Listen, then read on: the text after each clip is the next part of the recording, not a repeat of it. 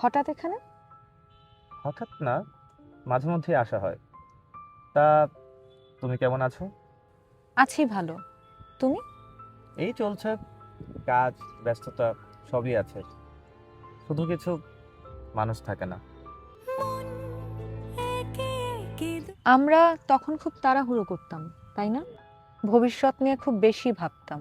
হুম, সেই জন্য বর্তমানটাই হারিয়ে গেছে।